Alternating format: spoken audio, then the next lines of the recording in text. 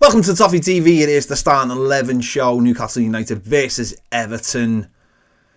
Going to make some changes. I'm going to make a change of formation because I am just bored of what I'm watching at Everton. Same old, every week. Same formation, same players. Nothing changes. Same results. Nothing to lose. So let's change it up a little bit. In goal, Jordan Pickford. A back three. I'm going for James Tarkowski, Jared Brandtwaite and Vitaly Mykolenko is my back three. I've heard people saying you can't play it won't work. Look what happened at Wolves. Yes, Wolves wasn't very good, but I think back to Burnley when it actually worked quite well. And I know the opponents that night weren't fantastic, but against Wolves we'd come to the end of a very long month and everyone was dead on the feet that night. I just think something has to change, as I say, and I think Mykolenko is actually more suited to playing as the third centre-back than playing at left-back at times, even though he is the kind of left-back that Sean Dyche likes. But I just don't think we're getting any width out of the team we play normally. And I think we can cope with that three, and why not? Why not give it a try? Everything else we've tried recently hasn't worked, so that's the back three for me. At right wing back, I'm going to go for Nathan Patterson. I think I think Seamus could play it, but of course he played the other night having played a couple of times for Ireland, so I think it'd be a good opportunity. Nathan Patterson, and this is his actual positioning. Right wing back is his natural position so far in his career. I think it suits his skill set. And I just think he's just been left out, hasn't he? Hung out to dry in many ways by the manager. Everybody else has had a go, and I just think this formation for him would work. So why not? Why not give him an opportunity to see? Because, as I said, he's been left out the side. We've had obviously Ben Godfrey's been playing there. Seamus came back at the weekend, and I feel he's been hard done by. I think, is he the finished article? By no means.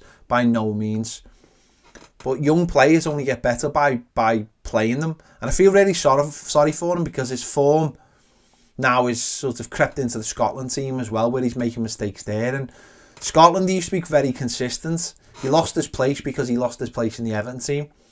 And he's still a young lad. You've got to be playing games. The way he plays doesn't suit Sean Dyche. I appreciate that. But if you're going to play wing backs, I think he has to play right wing back. At left wing back, I'm going to go for Dwight McNeil. Again, I think this suits his skill set. He likes to get up and down. He likes to be defensive as well. It's actually where he plays quite often for us as a wing back. The fullback doesn't go past him, so there's no difference there, is there, with what we normally see out of him. So again, I think this suits him. He's played there before, and I think it would suit him to play there again. So I'm going to go for him as my left wing back. Into midfield, Onana again, so just keeping that number 6 in front of the back three.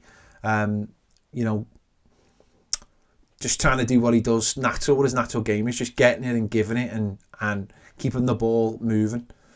That's his position. It's hard for him sometimes to stand out in that role as an Everton player, just because of the way we play.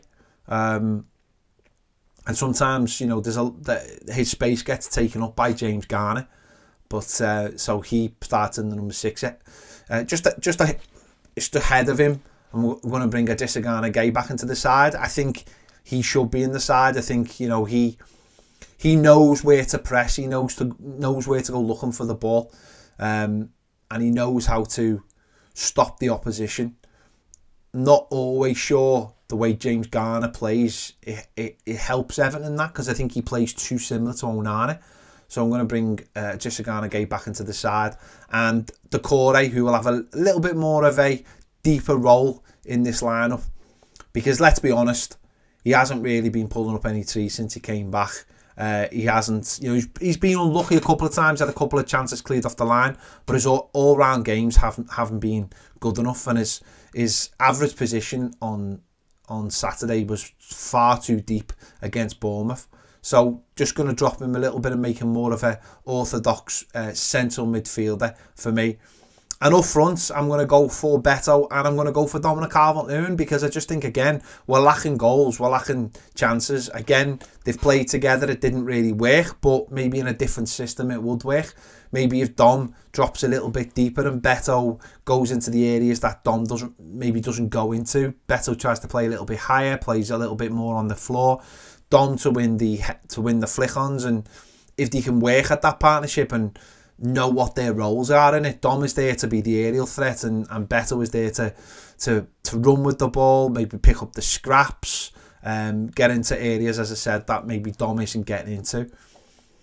Why not? Why not just give it a go? Why not see what happens? Why not see if it works? Because, as I said, very, very little is working for Everton at the moment. It's the same old all the time, and I don't think we've got much to lose. The manager would massively disagree. He'd say we have got loads to lose, but the performances recently have been poor at the back and poor up front. So that's the 11 I'm going for. Listen, I know the manager won't pick that team, but that's the one I'd like to see. Just something a little bit different and show that they are trying to find ways to make Everton better and try and finally get that win. We'll see what happens. Let me know your thoughts anyway, what you would go for in this game. And as I said, I don't think any of the players that I've left out could feel hard done by. I really don't, because it's been quite poor, hasn't it, for a while.